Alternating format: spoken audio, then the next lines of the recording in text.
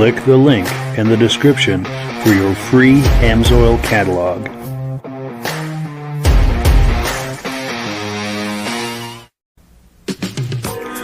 Before we get started, I'd like to give a quick shout out to some of our friends. The Eastern Snowmobile Racing Hall of Fame. Search for them on Facebook. Central Minnesota Pond Racing. Search for them on Facebook. The historic Lancaster Motel for the ultimate Eastern trail riding adventure. Crane's Snowmobile Museum at 172 Main Street in Lancaster, New Hampshire. The Vintage Snowmobile Club of America Quarterly Magazine.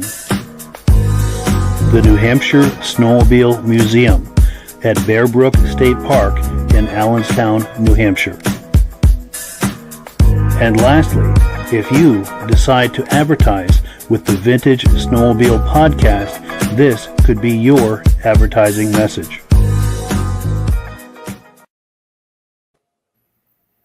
Well, good evening and welcome to the podcast. I'm really glad you're here. Now, I have a robust lineup of vintage snowmobile entertainment on tap for you tonight. But before we get into all of that, I want to make sure that everything is working properly. So if you can see my face and hear my voice, I'm going to ask you to leave a comment. Please let me know where you're viewing this from and whether you are a first-time viewer or a regular viewer. Now, to our first-time viewers, if this is your first time hanging out with us on the podcast tonight, I hope you have a good time with us, and I hope you decide to join us here each and every Thursday night at 9 p.m. Eastern Time. Now, this podcast simulcasts to 8 different places across Facebook and YouTube. So wherever you're viewing this right now, just circle back in 1 week's time, and we'll be here waiting for you with another fun-filled episode. Now, to our regular viewers who are here week after week, month after month, and season after season, you guys are the ones who make this possible, and we really, really appreciate that. Let's take a few quick comments. We'll bring our friends on, and we will get this party started. We do have comments aplenty coming in. Here we go. Mike Whiteside says, happy January 23rd. Well, happy to you as well. Cool deal. Our good friend Dave Lowry is here coming in loud and clear. He says, hello from Alberta, Canada. Repeat viewer. Glad to have you here, David. Ivan Mayo is here saying loud and clear from Sudbury, Ontario. Regular viewer. Nice to see you, Ivan. Our good friend Tim Bewick is here saying, hello, everyone from Marlborough, New York. Nice to see you. Our good friend Eric at the Benedim YouTube channel is here. That is one of the places where this podcast simulcasts out to. I know it's a mouthful, but that's the situation. He's saying loud and clear from Camden, New York. Nice to see you. Also, Ben from Vintage Mini Bike Lovers is here saying, good evening, everyone, looking and sounding good from Central New York. I've got to give a quick plug to them because Ben and I do the Vintage Mini Bike Lovers podcast the second Sunday of every month right here on this channel. So wherever you're viewing this and you like those vintage mini bikes from the 60s and 70s, you do not want to miss that. Second Sunday of every month, 8 p.m. Eastern Time. Our good friend John Spranger Jr. is here from Elon, Wisconsin. He's saying no snow right now. That's a bummer. But nice to see you, John. John's a great friend. Stix9 is here saying loud and clear from Howards Grove, Wisconsin. Nice to see you. Todd McMillan is here from Madoc, Ontario, Canada. Nice to see you. Mad Dog is here. Randy from Wisconsin, he says, checking in. Good evening to all, longtime viewer. Nice to see you. Jim Holbrook is here, regular viewer from Vermont. Nice to see you. Hope to see him at some of the shows in the upcoming weekends. We'll be talking about those shows a little later. Good friend Andrew Strakos is here saying, yes, hello from Granville, New York. Nice to see you. Jim Jensen is here from Minnesota. Nice to see you. Alan Jakubczak. I'm sure I'm butchering that, and I apologize, but he's here from Buffalo, New York. First-time viewer. Very nice to see you. I hope you have a good time with us tonight, enough that you'd want to join us here each and every Wednesday night. Also, Steve Woodward is here with some thumbs up. Nice to see you. One more, and then we'll bring our friends on. Midnight Rider is here, loud and clear from Northwest Minnesota. Proud regular viewer. We appreciate that. All righty, let's switch gears here, bring our friends on. And, I've got to remove that comment. Gentlemen, how are we doing tonight? Great. Good. Good, Mike. Good deal. Good evening, everybody. Jeff? Yep.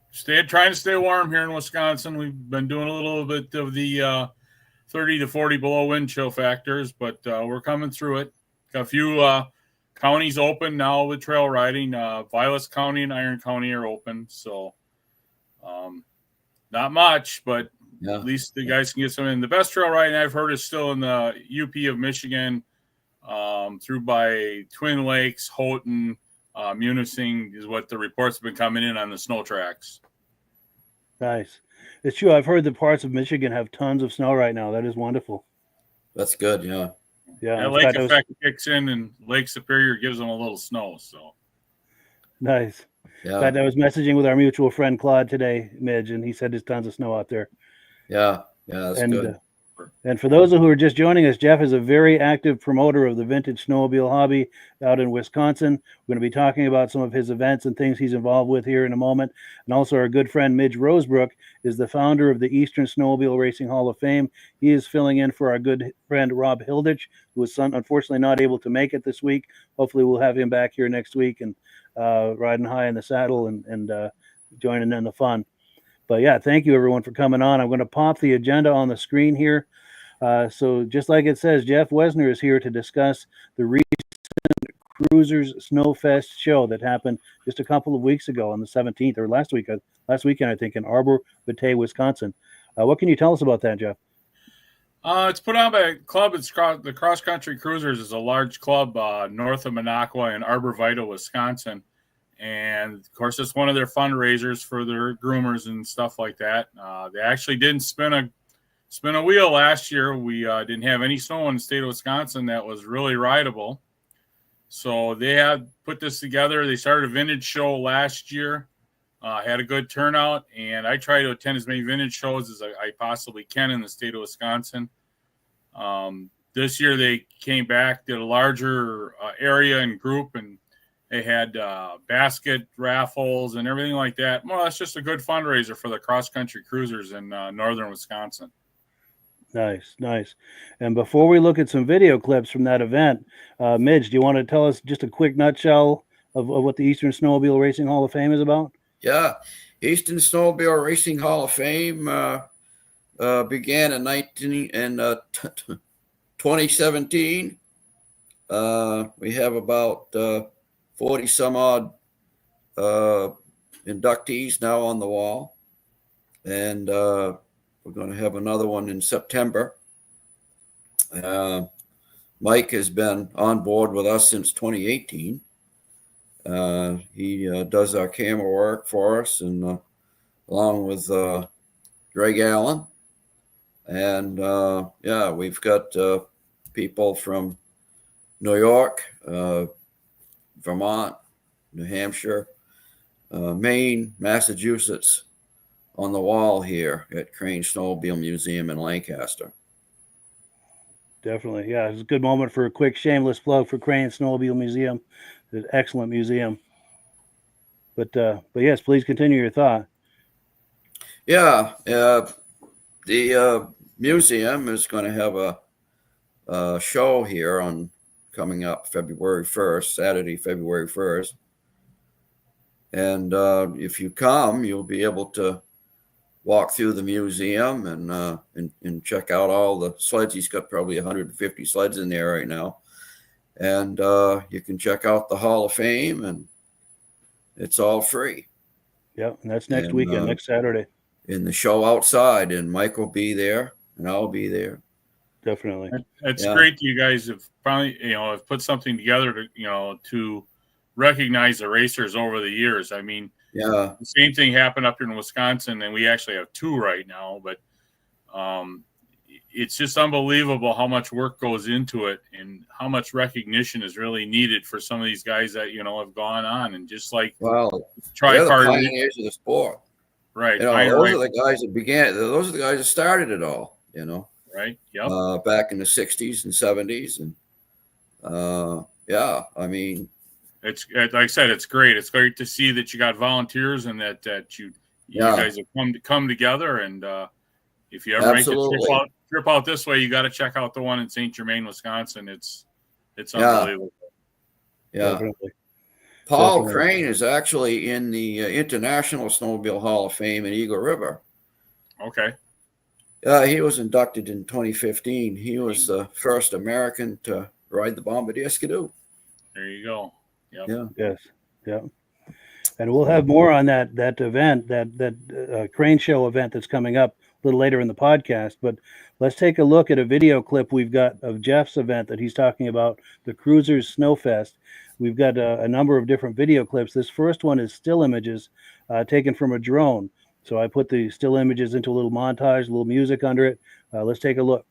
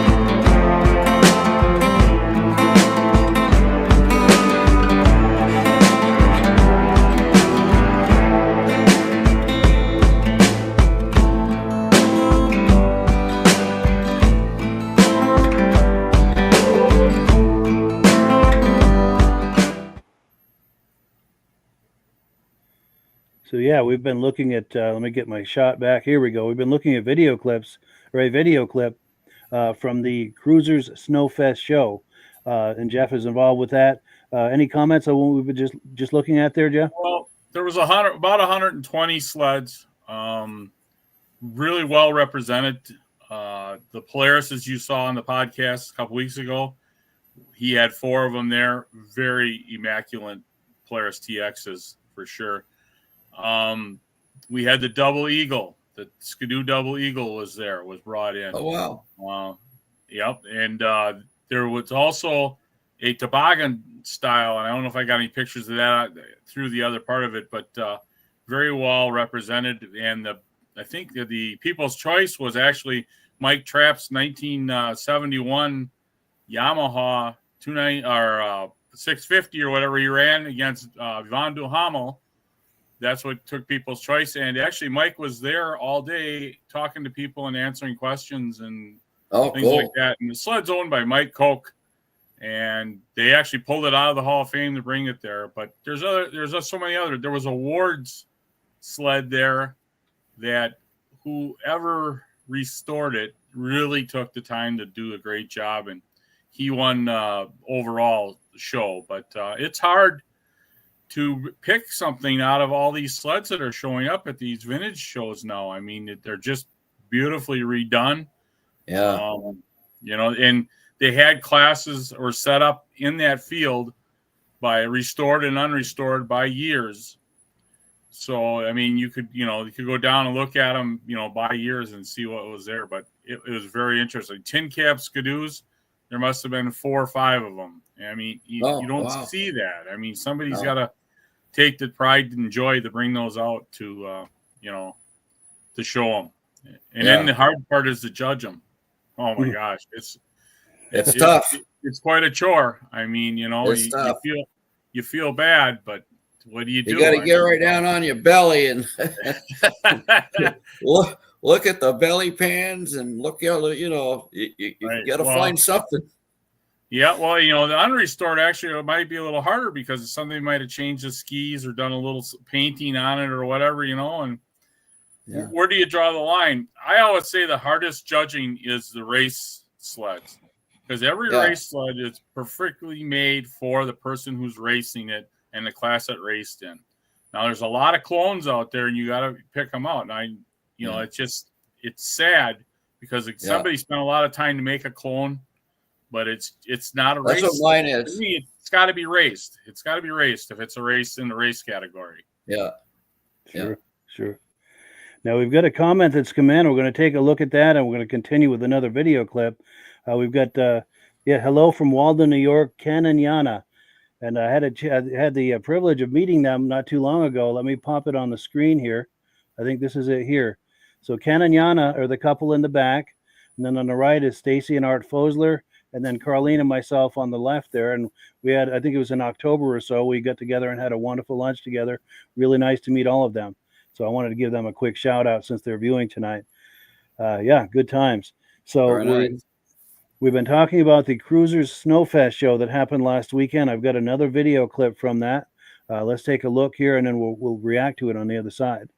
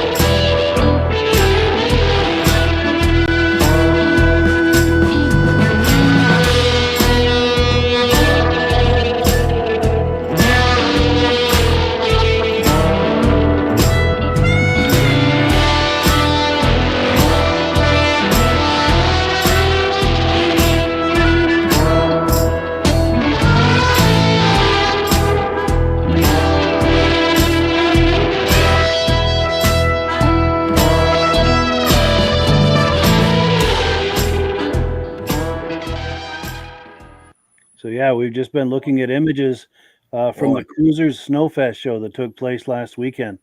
Reactions to that, Midge? Oh, gorgeous stuff. I don't know if I've ever seen a show with so many beautiful, clean sleds as that. Yes. I mean, if they had some unrestored sleds there, you couldn't tell. Yeah. Yeah, beautiful. The unrestored are mixed in. They're separated by those signs that you see there.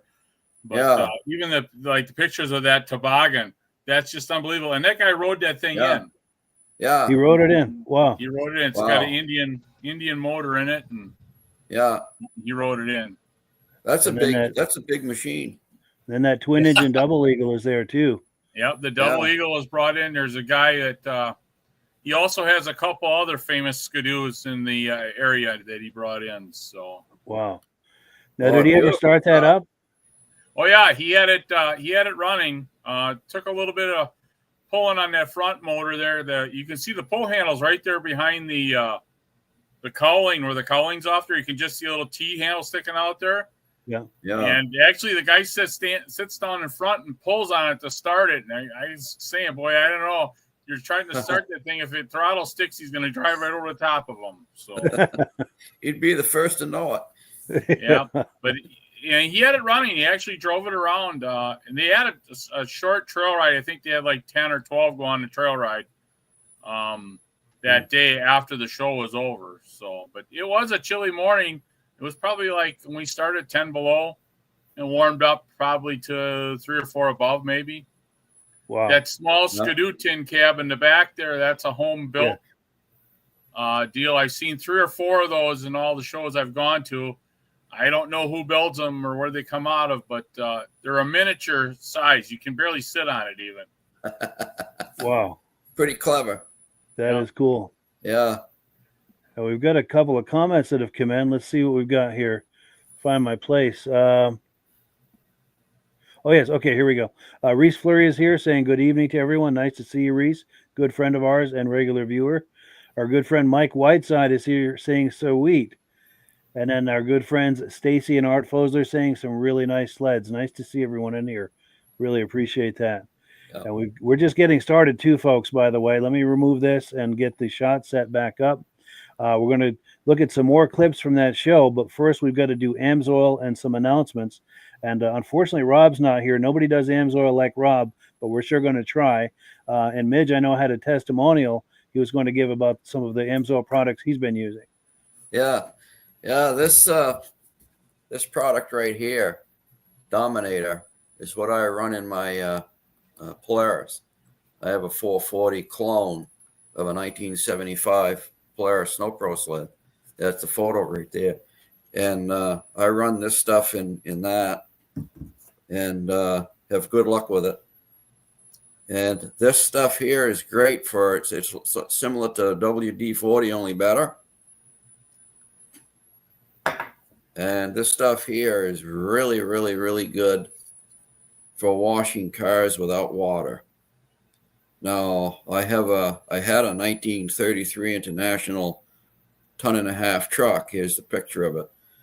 And I always washed it with this Miracle Wash so that you wouldn't get water inside the cab, because the windows would leak and things like that, and on these old vehicles.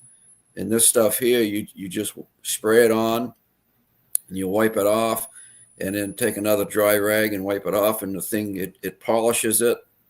There's no swirl marks. It's incredible. You can wash vehicles without water. So that's just a couple of things that I've got that I've always used from AMSOIL. Had real good luck with it. Yeah, and that Miracle Wash too is real good if you show up at a snowmobile show and want to touch up your sled. Yeah, I do my snowmobile with it. Snowmobiles, Absolutely. car shows. The only thing, if you're doing that with a snowmobile show, you want to keep it in the vehicle warm, because if that stuff even starts to get close to freezing, it's not as good. Yeah, it starts to separate. But as yeah, long as you keep that can warm, you're in business. yeah. No, it works good. And Because then, if I wash my sled, I'll do it in the garage where it's a little warmer, and that. But pretty tough to wash a snowmobile in the wintertime with water anyway. definitely. And then, of course, AMSOIL has a promotion going right now. They got these telescoping wands, parts wand. If you do a $100 order, you're going to get a free wand, and you'll use the promo code that's shown on the screen here. Free wand is the promo code. It's good until January the 28th. And if you sign up as a preferred customer using my referral code, which is in the description, there's a link in the description also, I'll get a small commission out of that. That's how we support our habit here at the podcast. Mike and I got a couple of these from Rob a couple of years ago, hoodies. Yes. They're very nice. Very nice. It was very nice of him to do that for us. And it sure was. Very generous guy. Definitely. Yeah. Rob is an amazing guy. Yeah. And we hope to have him back in the saddle here next week to join us. And then we've got a couple of other quick things to talk about. Of course, right in your neighborhood there, Midge, we've got the Crane Snowmobile Show next, not this weekend, but next weekend, February the 1st. Yeah. Right there at Crane Snowmobile Museum on Main Street in it's Lancaster. One of the larger sled shows in the North Country. Yes. Yeah. Larger and one of the better ones too. Yeah. There's some really good you not only see the antique sleds, the vintage sleds outside that people bring in, but you get to see all the sleds that Paul Crane has inside his museum. Yes. And in fact, let me pop a graphic for Paul Crane's Snowmobile Museum one more time. We're going to take a look at the show from last year too in just a moment. But go ahead, Midge. Any more on the Crane show? Well, yeah, just it's a great show. Bring your sled if you have one. It starts at 8 o'clock and goes till about 2.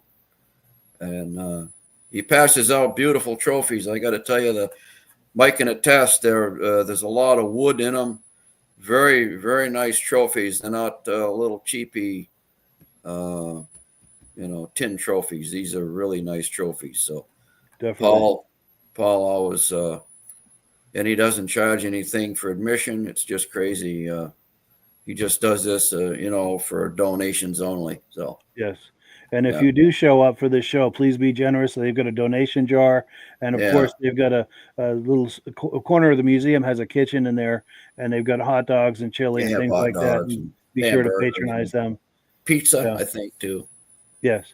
Yeah. So. And then a couple other quick shows to talk about this coming weekend, Newport Center, Vermont, just down the road from me. We're going to have a vintage snowmobile show. This, of course, is put on by the Country Riders Snowmobile Club and the Tatro family. All of the details are on the screen, including a phone number. If you have questions of any kind, just call Robert Tatro, and he will be happy to help you out with that. That's a great show as well. They've got food, and they have a bonfire, something for all ages. And then, of course, there's another show this weekend in upstate New York. It is in, I'm having a hard time reading this. No, West Monroe, New York. Okay. Yes, some good friends of ours are putting that on. Rich Shad gave me this image, but Ben Thomas is part of that, and I almost think Reese Fleury might be involved with this as well. I could be wrong on that, but there's a group of people out in upstate New York we're good friends with, and they do a lot of shows, and we like to help support that. North Shore Vintage Sleds is the name of the organization. So if you're in that area, be sure and patronize that show. I'm going to take a comment. Here we go. Dirk Seams is here saying, good evening from Otter Tail Lake, Minnesota. Nice to see you. Also, Eric from the Benedim YouTube channel. He's part of this. He says, it's not a show. It's strictly a ride. Thank you for clarifying that. We appreciate that. And Eric is involved with that as well. And that's with the Benedim YouTube channel. This podcast, it's one of the 8 places this podcast goes out to, is the Benedim YouTube channel. We've got a great collaboration going with Eric over there, and we thank him for that. So before we get it back into looking at the Cruisers Snowfest show, we're going to play a clip from last year's crane show just to give you a sense of what that's about. Excellent show. Let's take a quick look at that. Let me cue it up. Yeah, there's lots of shows going on across the country. I mean, you have ERX on in Minnesota. That's these Minnesota people. I hope that they're taking that in. That is a beautiful the Midwest ride in. There's vintage shows all over. So vintage sleds is hot right now.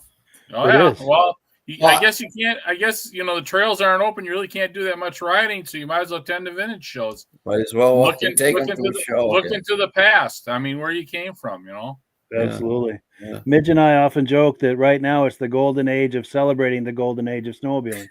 It is. Yeah, absolutely. Definitely. Well, cool. Yeah. Let's play this clip from Cranes here.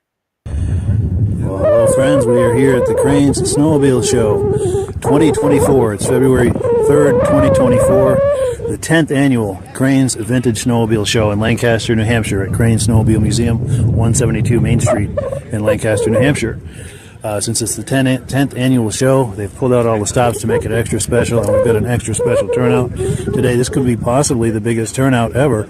As you can see, there's a sea of people and a sea of sleds, and it's kind of hard to get around with all the people and stuff, but we're going to do it anyway and try to give you a look at as many sleds as we possibly can. So let's get started. This is Phil Bell's Snowjet, 69 Snowjet.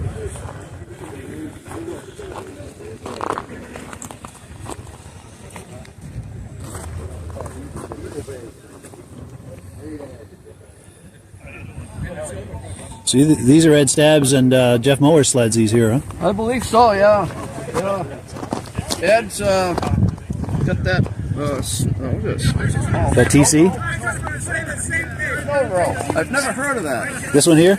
Way up, that orange. Oh, yes, yeah. Yeah, it's very unique because the fiberglass cab is incorporated right into the metal of the chassis. So you can't remove the cab. Interesting. Yeah. Never seen anything like that. That's a 66, which is quite stylish for 66 sled. Yeah. Definitely.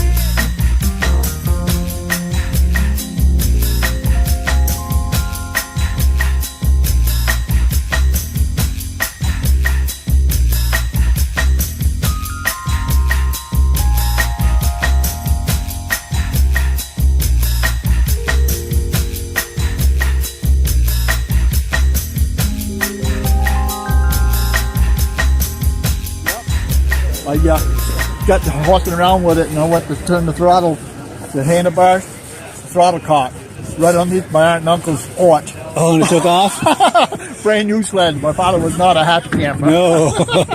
Crazy. It was Wow. fun. And it was just like this one, you say? Yeah, same color, everything. Wow. And as the owner of this, do you want to make any comments about it? Or? Oh, it brings a smile to my face every time I ride them. I'll bet it does. Yeah. My husband started out riding these back in the 70s. It was the first Nice. he had. The 68. 68. Yep. It's pretty Yeah. rare. Yeah. It's in good shape. Yeah, it's all original, not restored. Really? Yep. Wow. You don't see these very often. Yeah, the carryover. That's amazing. I think that might be the first one I've seen in person. The best behaved kids around. Yes. That all started out ordering the wrong size suit online. he gets them running and I clean them up. Nice. Well, cool. Thank you so much. Oh, thank you. So yeah, we've been hanging out at the Crane Show in Lancaster, New Hampshire, and the reason we played this clip, of course, is next weekend, February the 1st, they're having the 11th annual Crane Snowmobile Show. You do not want to miss it if you're in the area. And Jeff, anything at this show catch your eye? Oh yeah, there's just unbelievable. Again, the older Arctic cats there. Where do they find all these? Somebody had to store these someplace to get these, back out. There's another toboggan, and that Indian motor must have been a popular toboggan motor because I see that on a lot of the toboggans. Yeah. And every Skidoo tin cap I see has got a gallon gas can alongside the footwell because the gas tanks were in the front of the chassis and every one of them rusted out. So Rusted out. Yeah. Crazy. But, beautiful sleds. I'm an Elon collector, so seeing those Elons, it's pretty neat. Yes, for sure. In fact, next time you're on, I'll have to find. There's another clip where I don't know who it was, but someone brought a big Eland collection to the Crane Show a few years ago. I'll have to find that clip the next time you're on, so you can see that. You'll appreciate that. Yeah. My wife doesn't know how many I have, so that's a good thing. Nice, nice. And let's see, we've got tons of comments coming in here. Where were we? Trying to find where we left off. Oh, yes, here we go. Oh, Ned is here saying he's watching on Eric's channel, the Benedim channel. We appreciate that. Snow Crusher says, hello from Whiskey Ditch Relic Riders in Canada. Nice to see you. Eric at the Benedim YouTube channel says, thank you, Ned. Appreciate you. Cool deal. Oh, and John Spranger Jr. from Wisconsin is saying, I was in the Crane Museum 2 summers ago. Paul Crane is an awesome man and all of his history. Absolutely. Yeah. Absolutely. And Eric at Benedim says that 72 Blizzard Racer is nice. I know Eric's a big Ski-Doo guy. Yeah. Mike Whiteside says vintage will never die. Well, I sure hope so. Or I sure hope not, I should say. Mad Dog says some big motor in that 245 sticking out of the hood. Yes. Oh, and that talking about that Caribou twin track, which was cool. And Rich Shad says late night at work, headed home for a long 4-day weekend. Good for you. I hope you're able to get some riding in. And Benedim says, Eric at Benedim YouTube channel says, even better, one of my all-time favorite sleds, the 65 Ski-Doo Olympic. As I'm typing this, a sweet Alpine popped up. So many awesome yellow sleds are there. Cool deal. John Spranger Jr. says, I like that front engine Arctic Cat with the throttle like a handbrake. Yes. Yeah. Todd McMillan says, I wish we had a show like that up in Canada where I could show off my 5 sleds. Yeah. And Ben Thomas says, always quality sleds at the Crane Show. Absolutely. Cannot go wrong with the Crane Show. No. And Joe Zenert is here, says, didn't see any Mercuries. I don't know that I did either now that you mentioned that. No, I don't think so. But, let me see. Ray Parento has some Mercuries. He's the guy with those Rups. If it was there, it might have been in with those Rups. Let me see. Donnie Tibbetts has got a couple of Mercuries, too. I think he's got a Mercury Invader. Yeah, and I don't see it in with those Rups, so maybe he didn't bring that year. He didn't come that year. Yeah. Yeah. But yeah. That Alaskan, by the way, I think won Best of Show. Yes, I think it did. And the 72 Blizzard that gentleman just posted about, I think won best race sled. Wow. Nice. We got one of those hid on the shelf that we found in a barn. A friend of ours that used to race it. Yeah. And it was just kind of weird. Actually, I was at a small show and we were talking, and whatever happened to Rick's sleds? Well, everything got auctioned off after he passed away. Blah blah blah. And yeah. The other guy says, "Well, I'm going to call his kid once and see him." He called the kid up, and the kid says, "Well, there's something laying out here in the old barn." So he called me up. He says, "Come pick me up right away. We got to go look." Well, we were there like 8, 9 o'clock at night in the summer. I mean, a little light. I walked in the barn and I almost had a heart attack. I couldn't believe that sled that he raced was sitting in the back of the barn. Well, it didn't stay there that night. It came out of there. Came home. You gave it a good home. Oh, good for you. Definitely. Yeah. That's cool. That's cool. So if you're just joining us, we've been looking at a few different things here, but one of the main things we've been looking at is some clips from the Cruisers Snowfest Show that happened this past weekend. Jeff shared some nice clips with me. We're going to look at another clip. We've got 2 more clips of that show, and then we're going to shift gears and look at the Tripar reunion. So let's take a look at one more clip here from that show. Maybe we can see that Ward sled. Oh, yeah.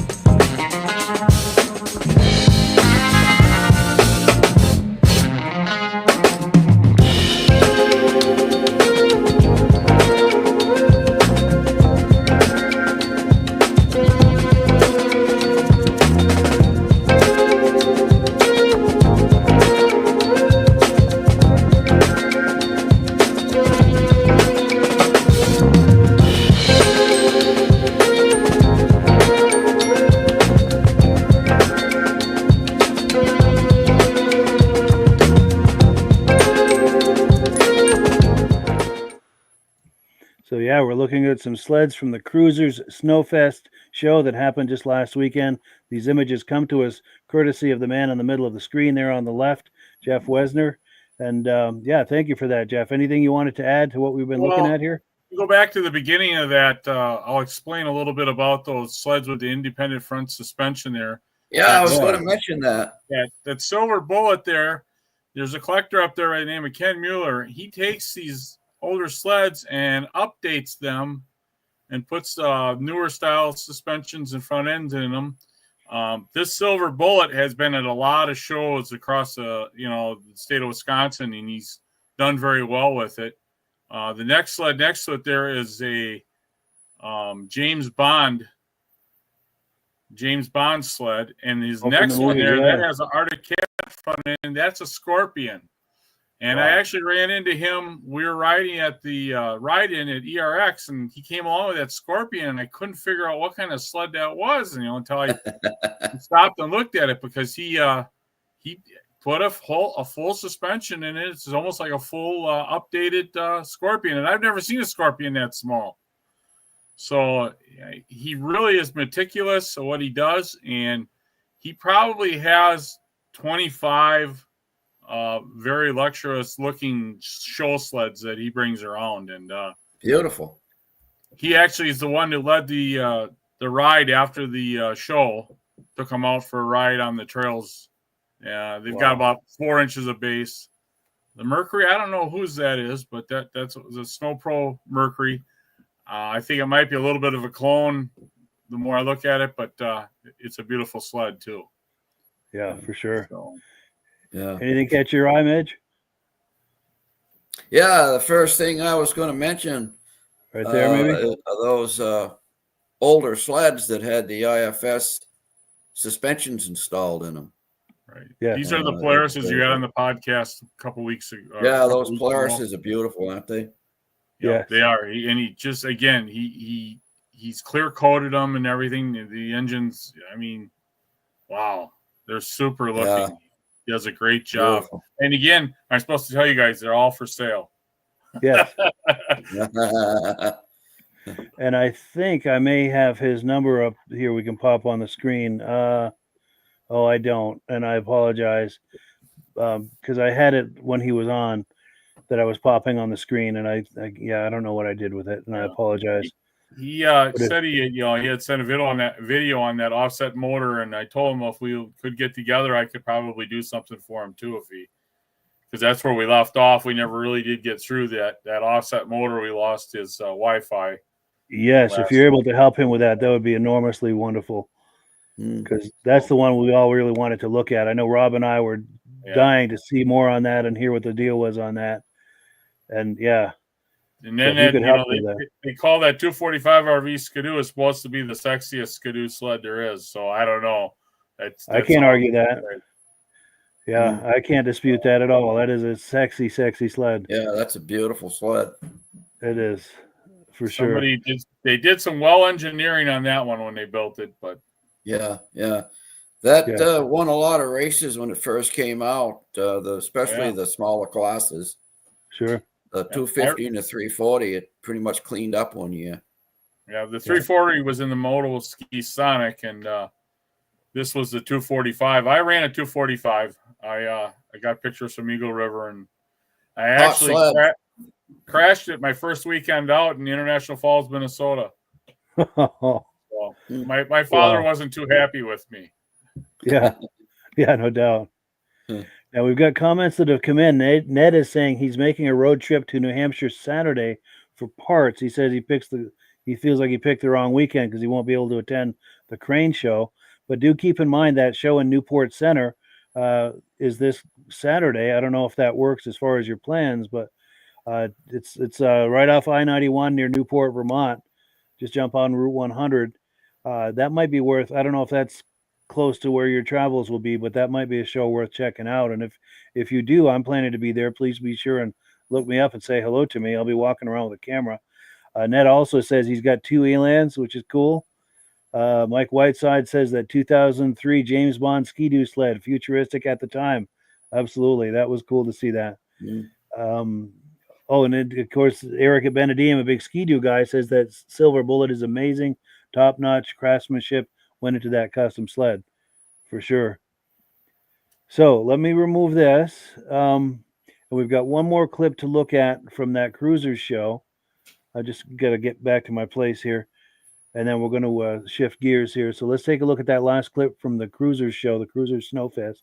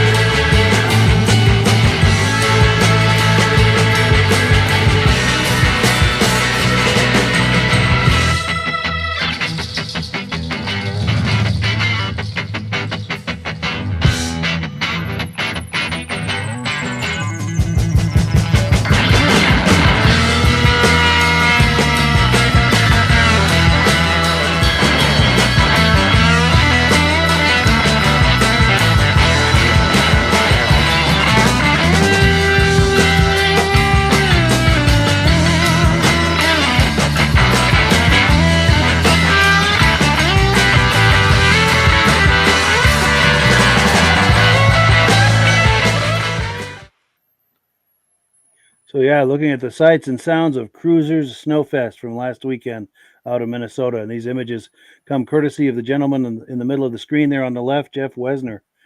And Midge, anything catch your eye on that? Yeah, some beautiful sleds, a lot of old tin cab skidoos.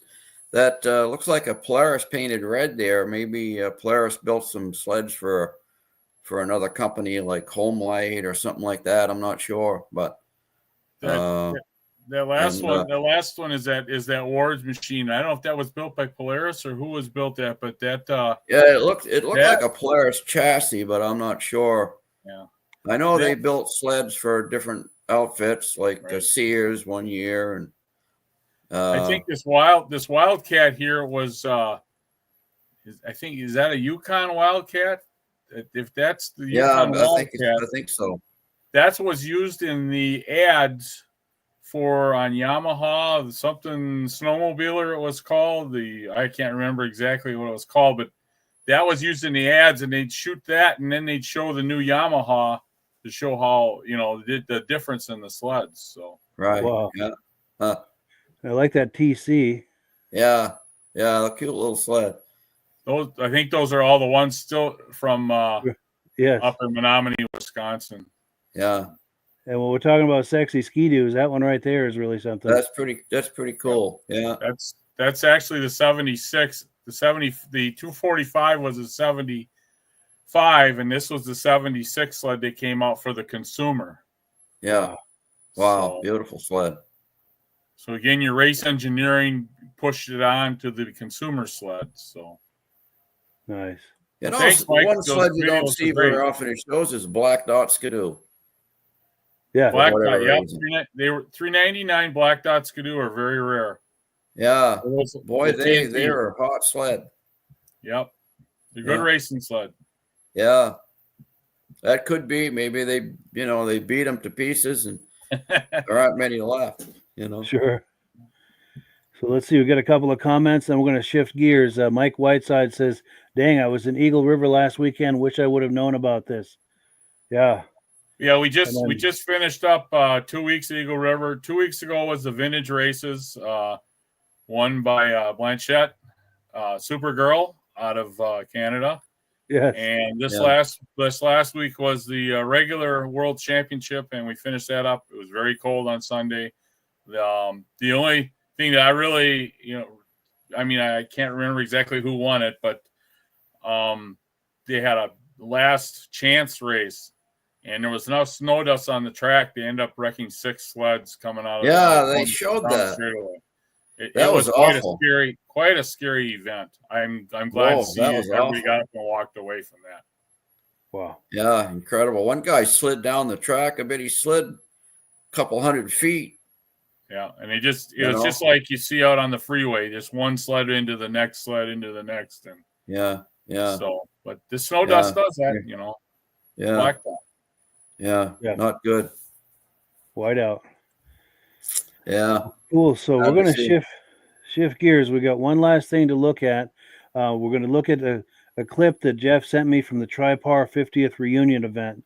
And anything you want to discuss, Jeff, to set this clip up? Well, I think that this is a Friday night clip. It was kind of a teaser into the show. This was quite history. 50 years of the Mercury Snow Twister. The original engineer was there. Tom was there, who was the relations person for support. The Hayeses were there. Ed Shabitsky was there. Brad Hewlings made the trip from out east, came to the show. Somewhere down the line, we'll try to get the interview to you. But it just was history making. Me and my brother put it together, brought it up there, started with the Tripar reunions, and just try to bring everybody together because we're losing these guys. We lost 3 of the race team guys in the last year, and it just so happened that Scott Abraham, who won the 250 USSA World Series and everything, that was his last deal. I mean, he went back home and he ended up with brain cancer and passed away on us. So I mean, bringing these guys back together one more time to see each other and talk to each other, haven't seen each other in 40 or 50 years, was a great thing. So we take our pride in it. And we had some good video clips and stuff. So what I say, Mike, I don't know what you're going to see on exactly on this, but it's been a year and a half already. So take a look at it. Yes, take a look.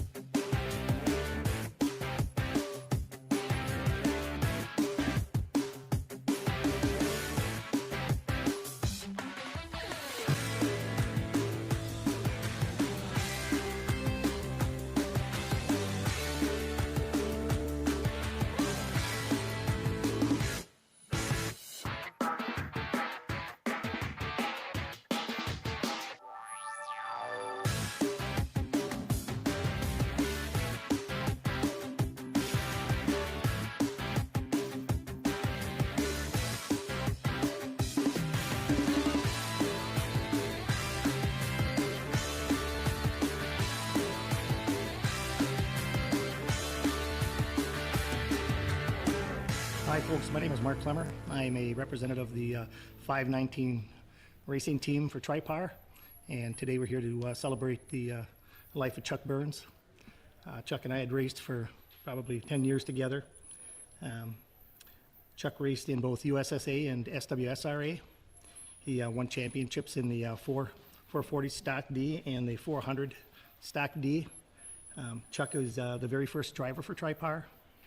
Him and Bubba Hoffman kind of started the whole thing, getting a hold of Ken Gall, and as the years went on, more and more drivers till we ended up with where we're at now with reunions, and Chuck was one of the starters for that too.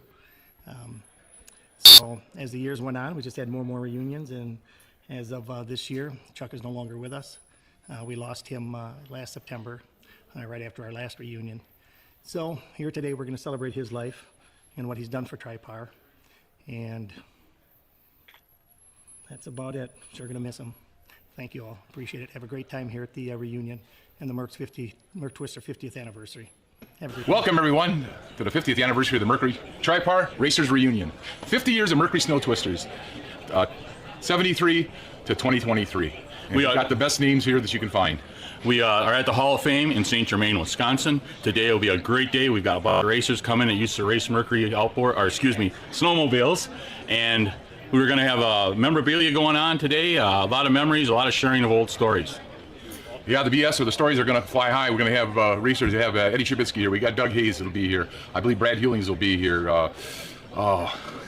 Mike Trapp is supposedly going to be here. Racers that have been racing on the Eagle River track and the circuit here in the Wisconsin WSA, or the USSA, I should say, not WSA, USSA, and in the area that brought snowmobiling to the heights that it is today. Right, and our sponsors today are Snowstud,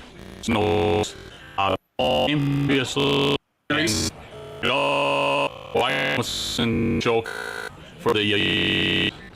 All we want to thank the golf family. Jeff and I put on display inside. We got to bring the independent racers to light in the Hall of Fame, and this is our big event to kick it off. So appreciate everybody coming out, and thank you. And this is a part of history. Hey, we up here at St. Germain with Dick Valbright, one of the Tripar drivers in 1976.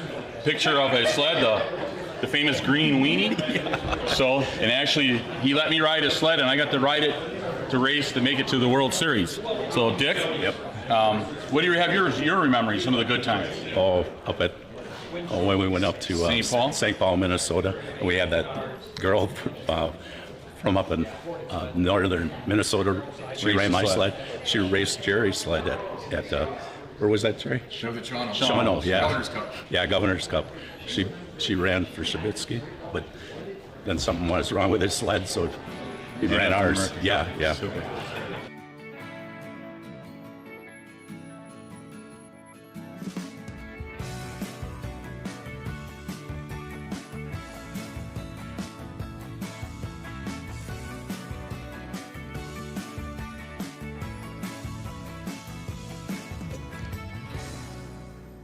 Hey, Jeff up here at St. Germain for the 50th anniversary of the Mercury Snow Twister.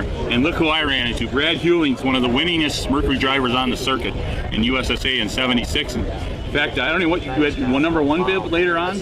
Yeah, the year after this, I carried the number one to Polaris for my first year at Polaris with the number one. So how did you end up on a Mercury? Local dealer right in my hometown of Erie, Pennsylvania. He was a big dealer for Merck back in that area, and Merck asked him to find a driver for the 74 Snow Twisters, that one, I believe. And that's how I got my chance to ride Mercs.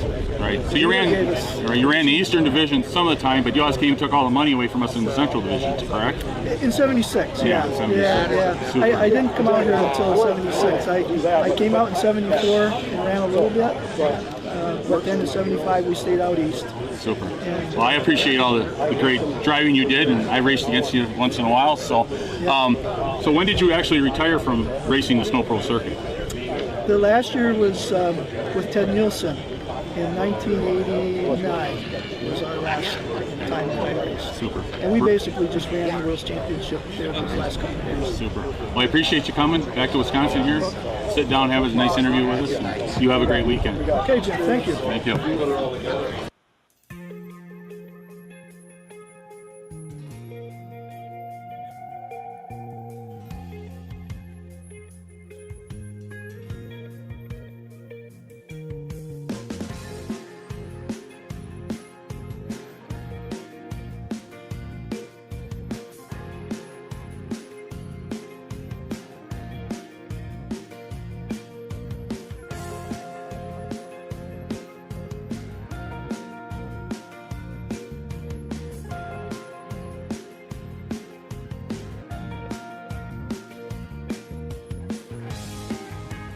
Welcome. We're back at the Hall of Fame for the 50th anniversary of the Mercury Snow Twister and Independent Racers Reunion.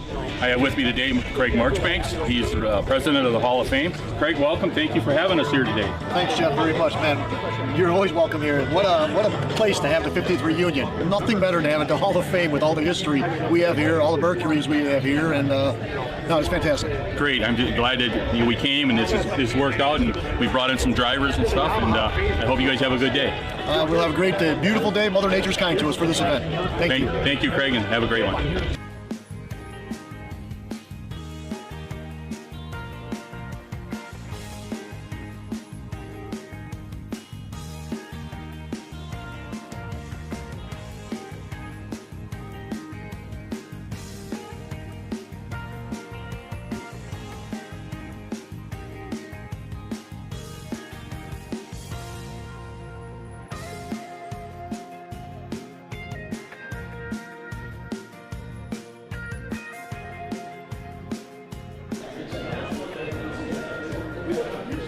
Hi, we're at St. Germain. I get to interview my own brother in his sled from 1975 when he raced on the USSA circuit. So, Jerry, tell us about the 3510 sled. The 3510 sled was I was a number one basic driver in the ovals for the Tripar team in 75. Replaced Chuck Burns, who started in 74. Got introduced to the Tripar through grass drag racing. They're looking for an oval driver. This is the sled that Ken Gall from Tripar got me. It's a 340 stocker. It was very competitive. Jeff ran it in the junior class, and it was a lot of fun back in the days. It was like having a family reunion every weekend. All right, thanks. Like I said, I got the joy of being able to drive it too, so it was a great time. Yeah, he drove it and I fixed it. Yeah.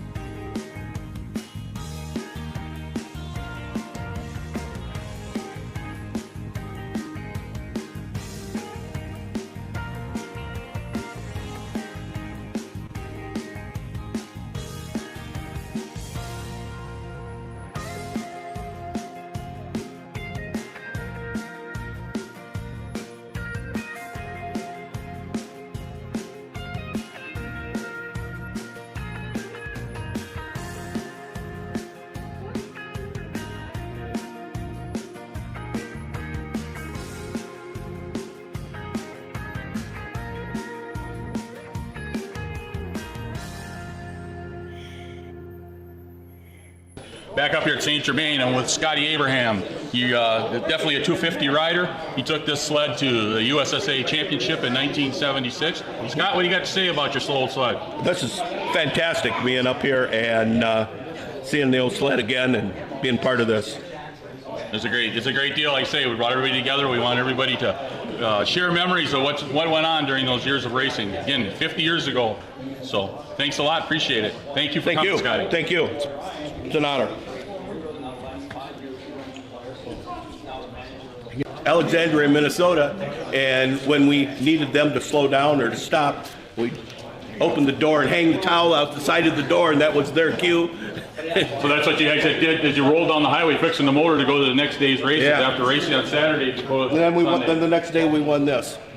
The Racers Reunion at the Hall of Fame in St. Germain. We're going to talk to Doug a little bit. He's on one of his old sleds he used to race. Doug, explain to the sled that you got here and what you're doing here today. Well, this is the 50th year of the Mercury Snow Twister that Lyle Forster created in 1974.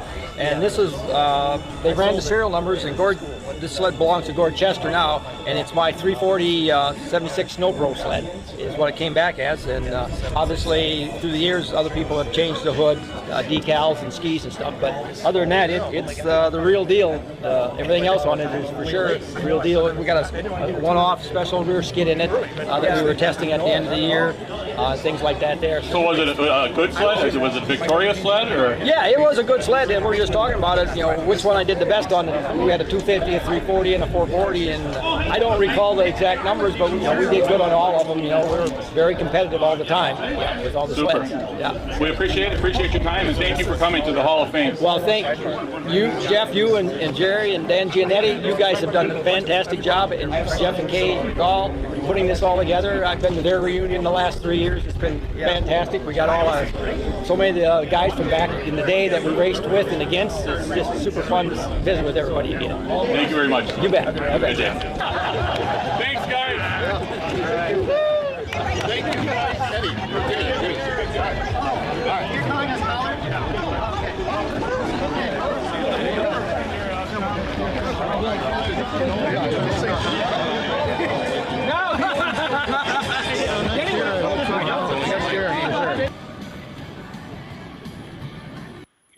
So yeah, we've been looking at some video clips from the Tri-Par reunion, the 50-year reunion, come courtesy of Jeff Wesner, the gentleman in the middle there on the left. Anything to add to that, Jeff? Wow, it's hard to watch that. That Scotty Abraham interview there, that was pretty much his last interview right there. That's Scotty Abraham. He took that Mercury to the World Series. He won the Central Division with that and the World Series with that. It's pretty sad, but the story he tells there is that raced up in Alexandria, Minnesota, and he had to race the next day down in southern Wisconsin, and they blew the motor up. So they repaired the motor on the drive from Alexandria, Minnesota down to Monroe, Wisconsin. And of course they pulled a little bit illegal. They rode in the trailer rebuilding it, and his mom and dad drove the truck, and when they needed him to stop, like to put the gaskets together or whatever, they'd hang a towel out the side of the trailer door, and that would tell his dad to pull over to the side of the road so they could get the gaskets seated and everything, and then go again. That was one of his big stories. And gosh, I mean, it's just so great of the stories that come back, and the people who were there, Brad Hewlings and Hayes, and that last picture there on the end of the deal was all the drivers that raced Mercury's. The last one, we were all standing together. Just before. Right there. That was a picture of all the race drivers, that had run Mercury's at the time. Not all Tri-Par drivers, but had run Mercury's at the time. And like I say, I don't think it'll ever happen again. There's one guy in there, Sport Ditbender. He's kind of in the middle there. He's just a local farmer that got on a Mercury and he won everything. He had the number 1 bib after 76. So that's amazing. It's just amazing, and I'm so glad that me and my brother worked this out and got this together. I mean, like I say, we're losing guys. It's never going to happen again. I mean, Mercury's gone, vintage shows is all there is. Yeah, it's amazing you're doing that, keeping it alive. Yeah. And go ahead, Midge, reactions to this? Yeah, no, and that's the reason why we did the Hall of Fame. I wish we'd have done it sooner because we've lost 4 or 5 people now since they were inducted. I was just going to mention that number 35 that Brad raced. He raced it here at Lancaster in '76. And he ran most of the Eastern Division. The only time you ever come out here by us is to take our money. Yeah, I've got photos of him lined up here at Lancaster, and J.R. Tozier was a Mercury driver, and Paul Lamontagne. And those guys were all lined up. Unfortunately, that happened to be the weekend that Gilles Villeneuve showed up with his IFS Scarroux and cleaned the boys up in all three classes. Brad's kind of a quiet guy, but when you get him alone and start talking snowmobiles, he really opens up. I mean, otherwise he's kind of a man to himself. He's always thinking about it, whatever he's up to. But hopefully, you guys will get him in your Hall of Fame. He's definitely one of the best snowmobile racers that ever lived. Yep, there's no question. Yeah, and I'll say a hell of a competitor. I mean, I used to line up against him, and of course, as you can tell, I'm a big statured guy, so racing against him. But we give him a run for his money. But boy, when he showed up here in Wisconsin, we pretty much knew where all our money was going to be going. He was ready to win, and he sure did well on those little Polarises.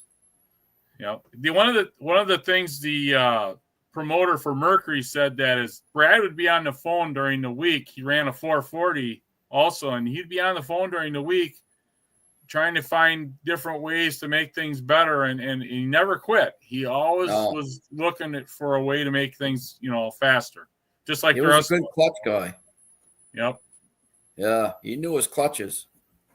Well, you keep that video, Mike, handy. You keep that video there, Mike, handy, because down the years in the road, that hopefully that'll be worth something to show the Mercury Snow Twister 50 years. Some of the drivers and some of the top names that ran it.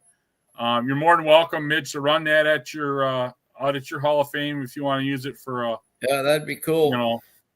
Yeah, JR and Paul, boy, they'd love to see that.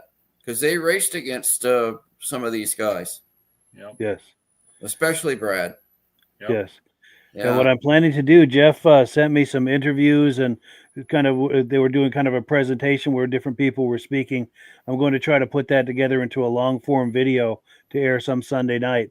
I've got to work out a few details on that, but Jeff and I will figure that out behind the scenes. And at some point on a Sunday night, we will be airing that, and I'll try to announce it on the podcast when that's coming.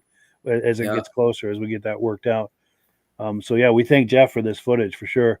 And once we get that long form presentation worked out, I'll put it on a DVD for Paul and JR and anyone else, who's curious about Mercury. Yeah. One last thing I'm going to show you behind me here is this is a list of all the Tripar drivers that were on the independent team over the course of the 3 years that it was run. From 74, 75, and 76. So wow, huge team. But we were all kind of independents, but we were supported by Tripar, right? In some points of it and stuff. So I mean, there's guys I haven't seen. TJ Patrick's on here. The good ones are on here. Jeff and Greg Goodwin, but Tripar supplied the sleds to us, worked with us along with Mercury's. Their own Mercury people, Tommy Weinert was the one that he worked with us all, made sure we had the right parts, right engines. There was a story told that I keep forgetting the guy's name from Minnesota, but anyways, he won the race at Eagle River, and he came across the finish line. The motor blew up, and he, didn't race Mercuries a lot and stuff. He had spent his last dollar to buy this Mercury, and we were telling Tommy Weiner about it, and Tommy walked over, and this is in some of the other video clips. He walked over to him and says, give me your address. You'll have a new motor on Tuesday. Wow. So he shipped him a motor up to Minnesota to be raced. So that's the kind of the familyness there was in the Mercury racing teams. Yeah. That's cool. Super. Yeah. That's cool. Yeah. And as we're winding this down, I'm popping comments up on the screen. And yeah, we appreciate everyone viewing tonight and sharing their comments and thoughts and interacting with us like this. To me, that's what makes it so much fun, is the interactive part of it, where people can ask questions and make comments and we can react to it in real time. It just makes it so much fun. And it creates more of a stronger sense of community for the Vintage Snowmobile crowd, that we can interact like this and have a little community going on. But I don't want to take anything away from you, Mike, but I know the Vintage Quarterly Magazine sponsors you, and Mike Crone is one of the editors for them. He runs a Facebook page called Vintage. It's a Vintage Shows is what it is, and there's Vintage Shows every week. There's like 25 of them this weekend. It makes it hard to even decide where you want to go. Yeah. But I mean, I don't want to really put a plug out, but I mean, it's a neat. No, please do. Yeah. Site. It's a neat little site where you can go to see where their show's at, and there's shows come in from New York to his site and from Canada and all over. So if you're looking for a show to go to, let's patronize these people, and let's see these old sleds flourish in the years to come. Oh yeah, definitely. And you're saying that's on Facebook? Yes. So searching for what, Vintage Snowmobile Shows, or what? I think Vintage. I can't remember exactly what Vintage Snowmobile Events or something like that it's called. And he takes all that come in and puts them in lines up by week, and then he puts them out. So that's amazing. Neat. We need a resource like that. Yep. Yeah, definitely. Yeah. And just a few last comments here. I'm going to pop them up.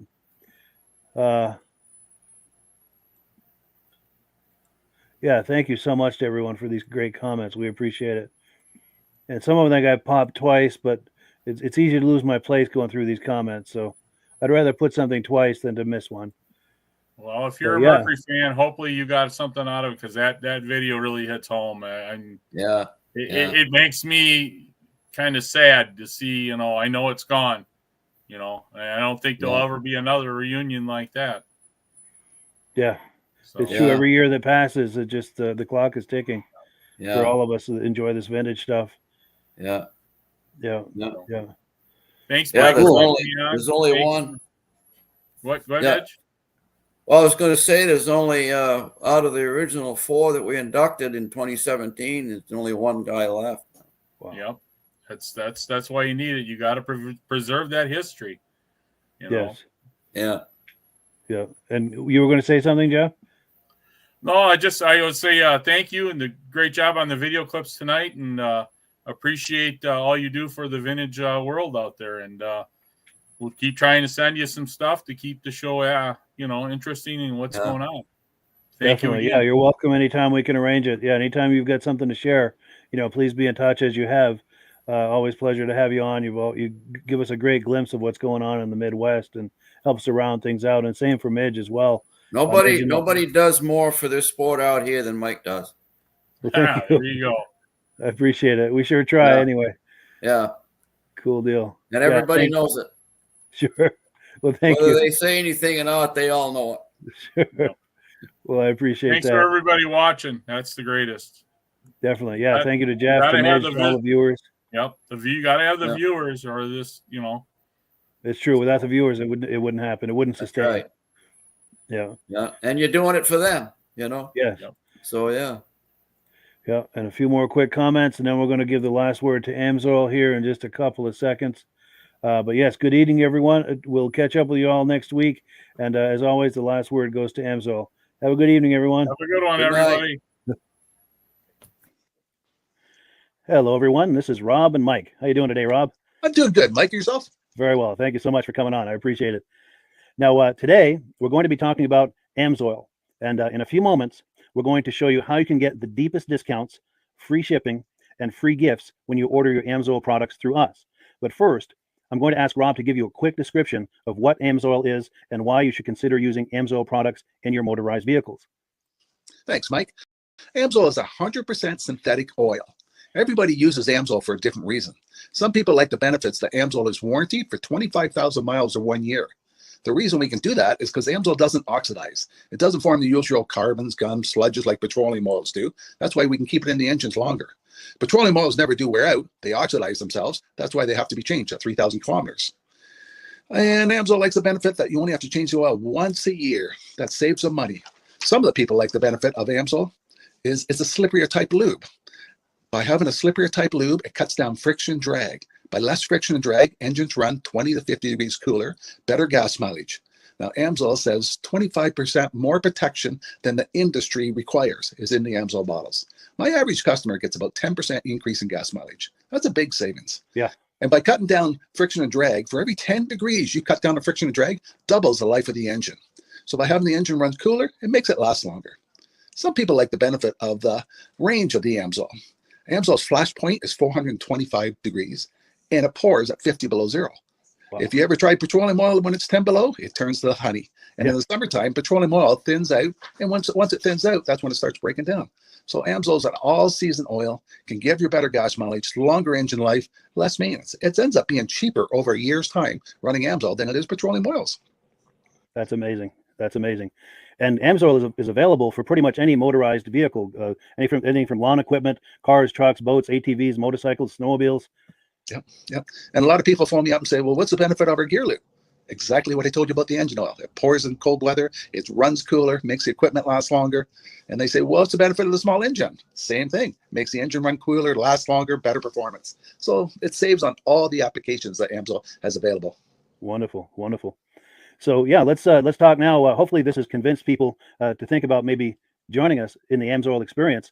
Let's talk about some of the discounts and free shipping and how that all happens. I'm going to pop a graphic on the screen. And yeah, by all means, if you want to talk people through how this preferred customer program works.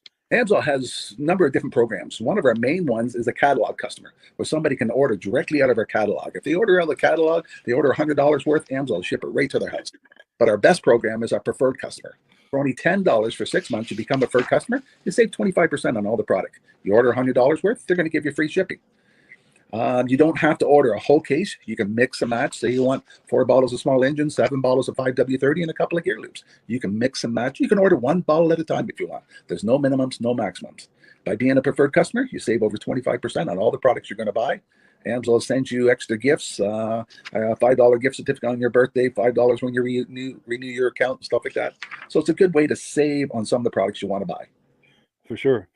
Yeah, it's an incredible value. And this is the deepest level of discount that anyone can get when ordering AMSOIL. Is that correct? It is. Wonderful. So let's take people through the step-by-step experience of placing an AMSOIL order. Then that would include signing up for the preferred customer preferred customer program, so they can receive those deepest levels of discount.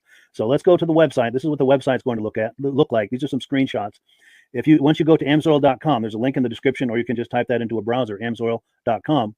This is the page you land on. At the upper corner of the page there, you see how I've circled in red. That is the link to click, the Join Now link. That will take you to the Preferred Customer Program page, where you can take advantage of all of these discounts and free shipping and everything that we've just been talking about. This is what that page looks like. In the lower right, you're going to click Join Now. This will pop up. You select the duration you'd like, whether it's 6 months or 12 months, and click Add to Cart. Now, once this pop-up goes away, you'll be back on the main page. And the upper left, you'll see where I've got that red arrow. It says Shop. Now you can start shopping for products, and on your very first order, you're going to get these discounts and the free shipping as long as it's over $100. You'll get all of these benefits right away. So once you click Shop, it's going to take you to the product page. There's different types of oils, lubricants, so on and so forth. For the benefit of this exercise we're doing now, I'm just going to click motor oil. It shows different types of motor oil. Let's click gasoline. Now this takes us to an item. It's their synthetic motor oil. And you can see the item there, and there's choices for different viscosities. But take a look at the price. Let's take a closer look. Let's zoom in. But if you've joined the preferred customer program first, you're going to automatically get the deepest levels of discount. That's what we're looking at here. You're saving $3.80 on that quart of oil. Instead of paying $16.29, you're now paying $12.49 for that quart of oil. That is the deepest level of discount you can possibly get. And then you just add the quantity that you'd like. You select any other items that you're thinking about, add them to the cart. And once you click Add to Cart for the final time, you're going to see this come up at the top of the screen. It's going to show your items and your the total that you're at so far. Pardon me. And then you just click View Cart in the upper right, and that'll take you to your cart. Take a close look here at the upper right. That blue box shows that you're getting free shipping. You're eligible for free shipping on this order because it's over $100. That little yellow box shows that you've got the preferred customer membership on your order that gives you the deepest levels of discounts for the next 6 to 12 months. And then below that, you've got the items that have been selected. For the exercise here, I selected 9 quarts of the signature series, but that brings us up over $100 for the free shipping. We're saving $34.20. And if you're ready to finish, you click checkout now, and that takes you to this screen here. If you haven't signed up with an AMSOIL account at this point, just click in the lower right to create an account, create a new account. It's going to ask you for some basic information, name and those types of things. Now let's take a closer look. You'll see this gray shaded box. This is a very important box. This is going to ask you if someone has referred you to AMSOIL. And if so, please enter my name. My name is Mike LaPierre. It's spelled right there on the screen for the correct spelling. And also the referral number, 304-555-94. That's how you make sure that Rob and I get credit for this. Now, in the interest of full disclosure, I have signed up for AMSOIL under Rob. So when you order using this referral number, Rob and I both benefit. So if you enjoy these podcasts that we're doing, this is a wonderful way to support the podcast, because when you order using this referral number, Rob and I both benefit. And the commissions I make go directly toward offsetting the cost of doing these podcasts. So I thank you in advance for that, for using my referral number. I very much appreciate it. And once you've done that, you just go into the next screen to enter your payment information, and you're done. Now, once you've placed your order that's over $100, and that order includes your AMSOIL Preferred Customer Program, you are now eligible to get a free DVD from myself. Now, this is going to be either a muscle car DVD or a vintage snowmobile DVD. Use the email address on the screen, wkspodcasts@gmail.com. Send me an email. Let me know which DVD you would like me to send you, the muscle car or the vintage snowmobile DVD, and I'll get that right out to you. As you're typing in that email, in the subject line, be sure and type in capital letters "free DVD requests" so it stands out as I'm checking my email, and we'll get that right out to you.